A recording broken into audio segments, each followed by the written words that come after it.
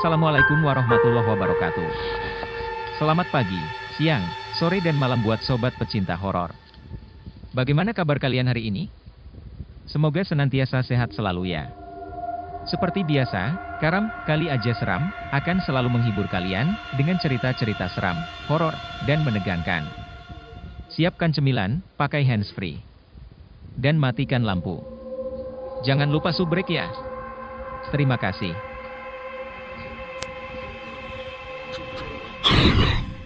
Kali Aja Seram. Akhir perjalanan, tubuhku terasa sangat ringan, seperti dapat tertiup angin. Seperti melayang di udara, aku menghampiri kaca mobil yang retak dan bercermin di sana. Aku melihat tubuhku sendiri, tapi ini berbeda. Tidak seperti dulu yang begitu cantik. Wajahku hancur, rambutku kusut, tubuhku hanya tertutup kain putih panjang, koyak, dan lusuh. Tiada lagi pakaian indahku dan harum parfumku dulu, atau sepatu hak tinggi. Bau anyir menyengat, kakiku tak menginjak tanah. Aku terdiam dan hari semakin malam. Semua orang meninggalkanku di bawah pohon ini. Tanda pisah. Alunan musik memenuhi ruang mobil mewah ini. Sedan putih mengilat melaju menembus jalan pegunungan. Di kanan kiri jalan disambut pepohonan hijau. Mereka berjajar gagah namun merunduk seakan patuh pada sesuatu yang tak terlihat. Alam memang kuat namun bersahaja. Alam terlalu suci untuk dikotori perbuatan tercela manusia, seperti aku. Sekelebat teringat kebejatan yang kulakukan selama ini. Kekagumanku pada keindahan alam yang terpampang di balik kaca mobil ini tak seberapa dibanding kekagumanku pada diriku sendiri.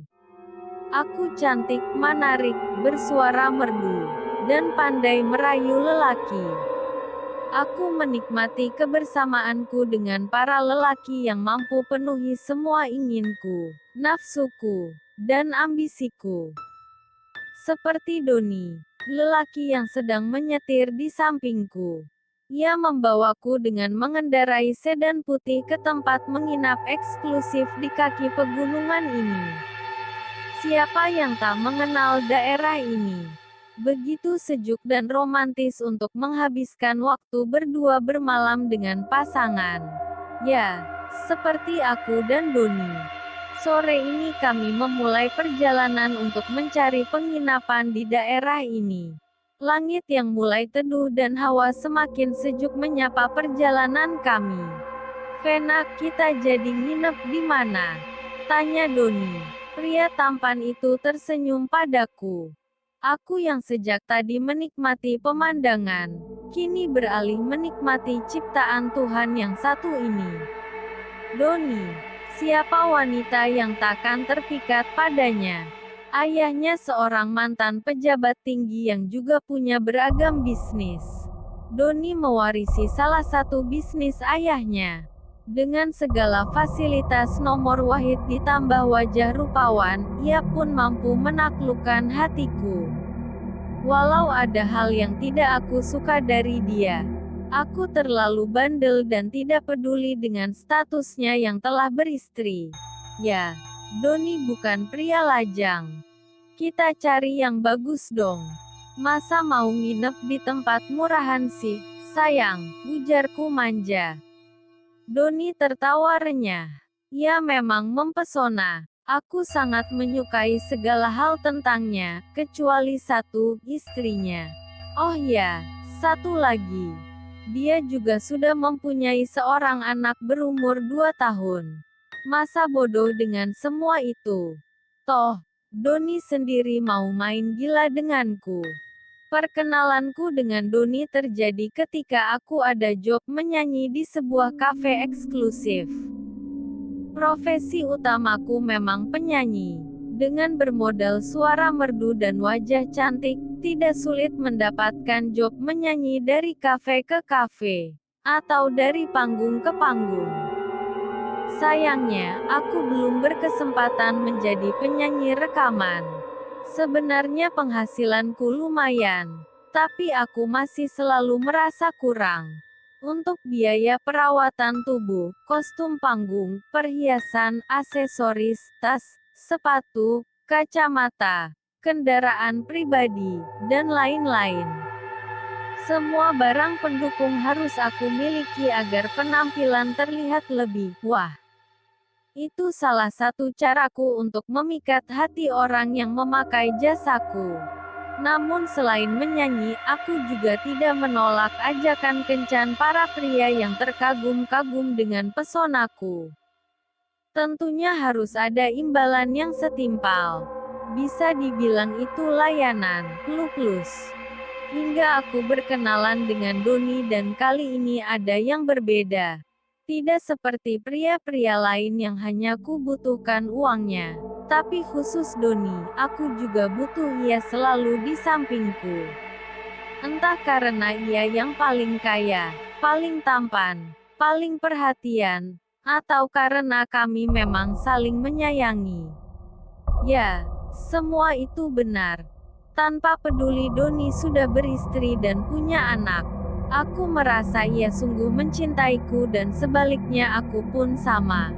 Memandang wajah Doni membuatku semakin bernafsu untuk memilikinya. Aku menggenggam pundak Doni yang sedang menyetir mobil. Perjalanan kita hampir sampai ke tempat penginapan. Tiba-tiba ponsel Doni yang diletakkan di dashboard berbunyi tanda ada panggilan masuk. Aku segera mengambilnya. Aku baca nama yang tertera di layar ponsel, My Lovely Wife. Dari siapa, Vena? Tanya Doni sambil tetap fokus menyetir. Istrimu. Kenapa masih telepon? Kamu udah pamit dengan alasan urusan bisnis kan? Tanyaku mulai curiga. Iya, tapi kalau telepon begitu biasanya penting. Penting apa? Aku merejek panggilan dari istri Doni. Vena, sayang, jangan direjek. Doni mulai memprotesku. Beberapa saat kemudian, sebuah pesan singkat masuk. Dari My Lovely Wife, isinya, Mas Doni, Reyhan lagi sakit demam. Dia rewel panggil papa terus. Tolong, bisa pulang sekarang. Aku memicingkan mata membaca SMS itu. Kenapa bukan aku yang jadi istrinya? Aku cemburu. Anaknya sakit, lalu haruskah Doni pulang? Vena, mana handphonenya sini? Doni meminta ponselnya. Aku tidak memberikannya. Beberapa saat suasana hening. Aku sedang kesal. Mungkin Doni juga. Maaf Doni, aku harus berulah begini. Aku tak ingin diganggu istrimu. Tapi kemudian panggilan masuk lagi. Dari My Lovely Wife. Istriku lagi yang telepon. Sini, kasihkan HP-nya. Vena, nada suara Doni mulai meninggi. Aku udah bilang, aku gak mau acara kita ini terganggu sama istrimu. Termasuk dengan telepon ini. Bentakku. Vena, acara kita tetap lanjut kok. Tapi biarin ku angkat telepon istriku. Doni masih menyetir tapi dengan satu tangan berusaha meraih ponsel dari tanganku. Tanpa pikir panjang, aku membuka jendela mobil lalu melempar ponsel itu ke jalan. Aku menggenggam tangan Doni dan berkata tegas, kamu milikku, Don. Vena, hei, apa-apaan kamu? Doni berteriak sambil berupaya melepas tangannya dari genggamanku. Ia menoleh ke belakang, melihat jalan di mana ponselnya aku buang. Konsentrasi Doni sudah buyar. Ia tak memperhatikan lagi jalan di depannya. Padahal tempat penginapan yang kami tuju sudah dekat. Aku yang melihat jalan itu tersentak. Beberapa meter di depan mobil ini ada sosok nenek menyeberang jalan. Kondisi jalan pegunungan yang berupa tikungan tajam sangat curam. Ditambah langit yang gelap karena matahari baru terbenam. Rasanya mobil ini tak mampu menghindari nenek yang tepat di depan kami. Doni, AWAASSS. Jeritku. Doni tersentak lalu membanting setirnya ke kiri. BRRAAKKK. Mobil menabrak pohon besar di tepi jalan. Aku merasakan sakit di sekujur tubuh. Pandanganku gelap, hening. Tanda pisah. Mataku terbuka. Aku berada di samping mobil yang hancur menabrak pohon. Aku melihat seorang pria berlumuran darah dibopong oleh orang-orang yang berkerumun menyelamatkannya. Aku memandang wajahnya. Aku ingat itu Doni. Oh, Doniku, malangnya nasibmu. Masih hidupkah kau? Lalu diriku sendiri. Masih hidupkah aku? Tubuhku terasa sangat ringan, seperti dapat tertiup angin. Seperti melayang di udara. Aku menghampiri kaca mobil yang retak dan bercermin di sana. Aku melihat tubuhku sendiri. Tapi ini berbeda. Tidak seperti dulu yang begitu cantik. Wajahku hancur. Rambutku kusut, tubuhku hanya tertutup kain putih panjang, koyak, dan lusuh. Tiada lagi pakaian indahku dan harum parfumku dulu, atau sepatu hak tinggi. Bau anyir menyengat. Kakiku tak menginjak tanah. Aku mulai menangis, merintih, meratapi diriku. Semakin kencang menangis, namun tak ada seorang pun yang peduli. Aku berteriak keras-keras tapi yang terdengar hanya desahan tak jelas.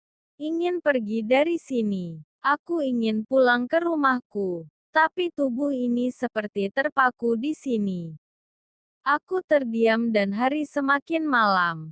Semua orang meninggalkanku di bawah pohon ini. Orang-orang yang melewati jalan itu atau berhenti di bawah pohon besar itu, terutama pada malam hari, mengaku sering mendengar suara tangisan perempuan. Para warga sekitar mempercayai itu adalah makhluk penghuni pohon besar yang merupakan arwah korban kecelakaan.